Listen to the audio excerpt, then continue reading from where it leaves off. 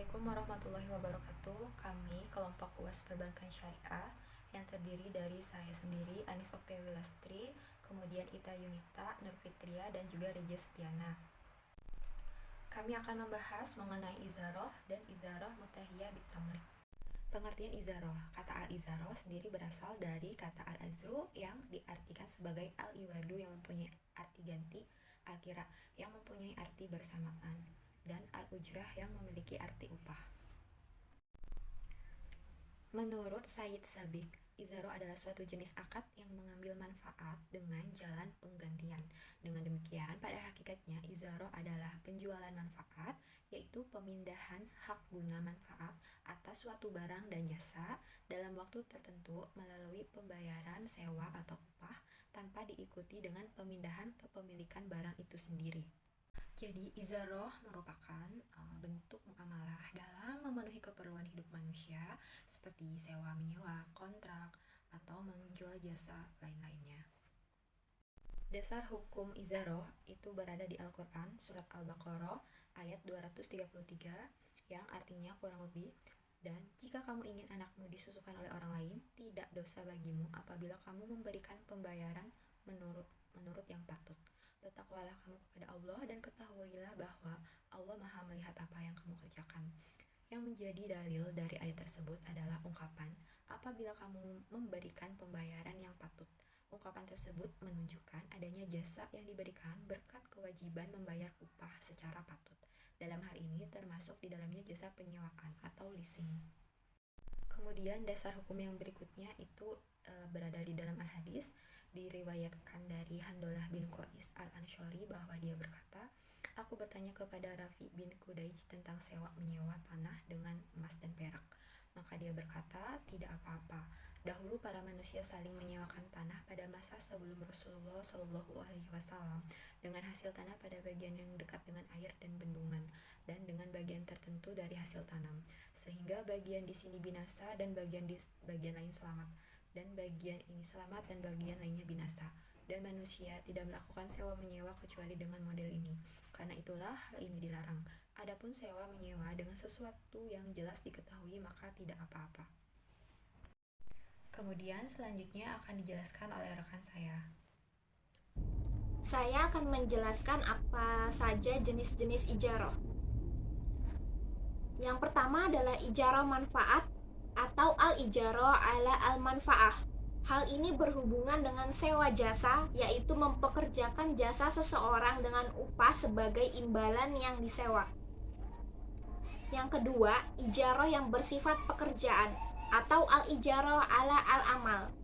Hal ini berhubungan dengan sewa aset atau properti, yaitu memindahkan hak untuk memakai dari aset atau properti tertentu kepada orang lain dengan imbalan biaya sewa.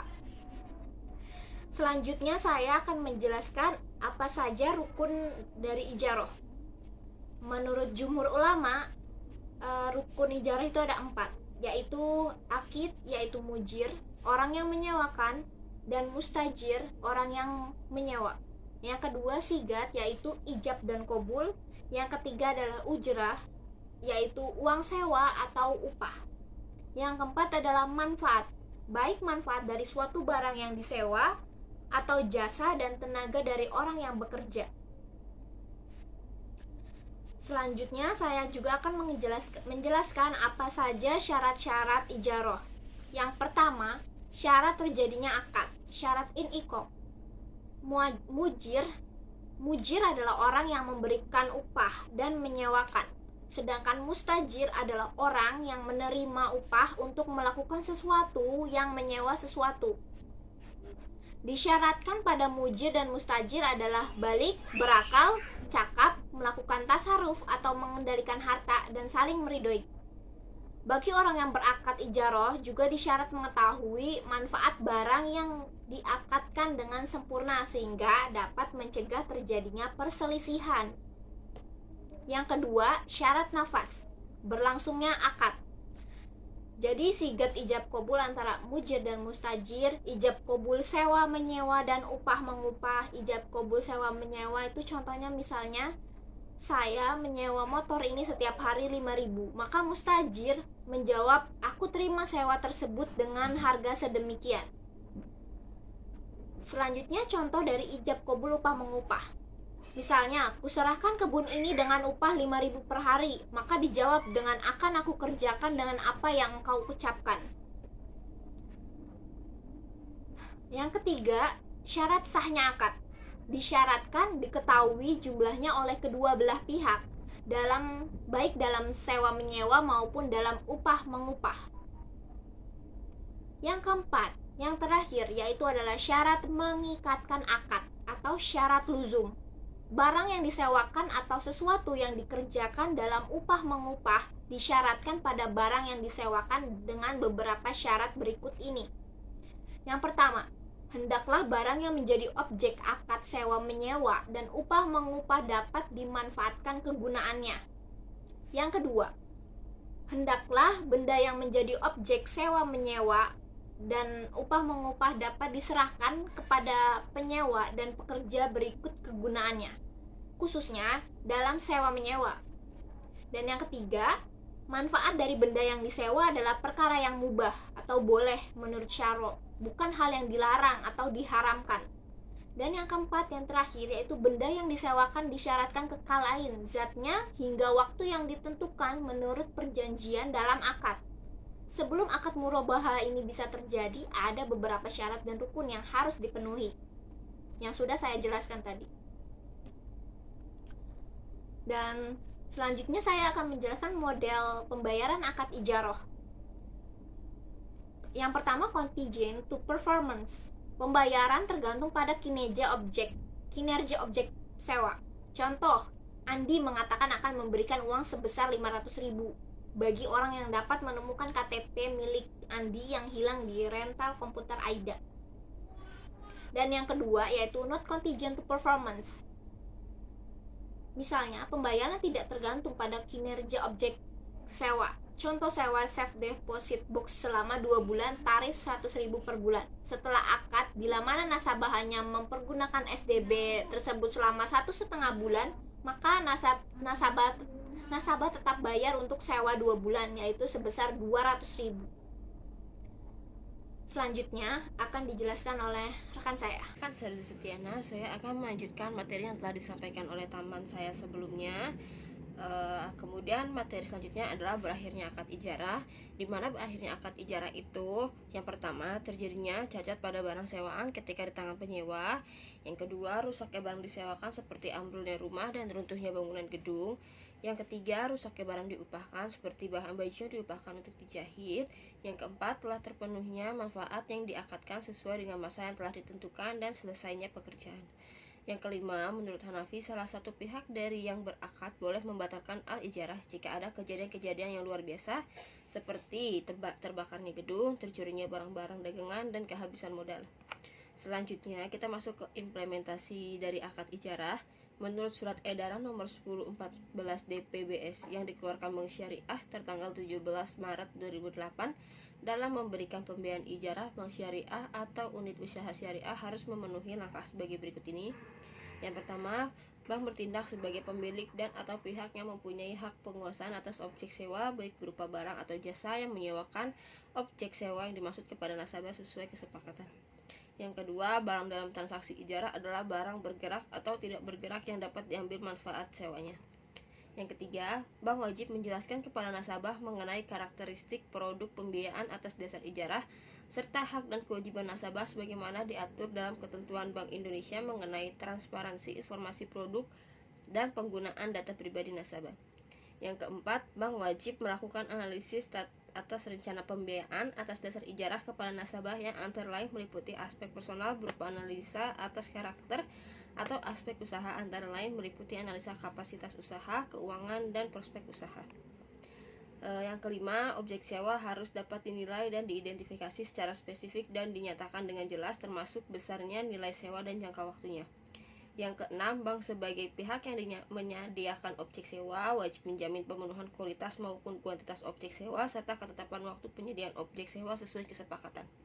Yang ketujuh, bank wajib menyediakan dan merealisasikan penyediaan objek sewa yang dipesan nasabah. Yang kedelapan, bank dan nasabah wajib menuangkan kesepakatan dalam bentuk perjanjian tertulis berupa akad pembiayaan atas dasar ijarah. Yang ke-9, pembayaran sewa dapat dilakukan baik dengan angsuran maupun sekaligus. Yang ke-10, pembayaran sewa tidak dapat dilakukan dalam bentuk piutang maupun dalam bentuk pembebasan utang. Yang ke-11, bank dapat meminta nasabah untuk menjaga kebutuhan objek sewa dan menanggung biaya pemeliharaan objek sewa sesuai dengan kesepakatan di mana uraian pemeliharaan yang bersifat material dan struktural harus dituangkan dalam akad. Dan bank tidak dapat meminta nasabah untuk bertanggung jawab atas kerusakan objek sewa yang terjadi bukan karena pelanggaran atau kelalaian nasabah tersebut. Selanjutnya, materi akan dilanjutkan oleh teman saya. Pengertian ijarah muntahiyah bit tamlik (IMBT). Ijarah muntahiyah bin tamlik (IMBT) pada dasarnya merupakan perpaduan antara sewa menyewa dengan jual beli. Semakin jelas dan kuat komitmen untuk membeli barang di awal akad, maka hakikat IMBT pada dasarnya lebih bernuansa jual beli. Namun, apabila komitmen untuk membeli barang di awal akad tidak begitu kuat dan jelas, walaupun opsi membeli tetap terbuka, maka hakikat IMBT akan lebih bernuansa ijarah. Dari sisi ijarah, perbedaan IMBT terletak dari adanya opsi untuk membeli barang dimaksud pada akhir periode. Sedangkan dari sisi jual beli, perbedaan IMBT terletak pada adanya penggunaan manfaat barang dimaksud terlebih dahulu melalui akad sewa ijarah sebelum transaksi jual beli dilakukan. Selanjutnya ada skema ijarah muntahiyah bit tamlik (IMBT).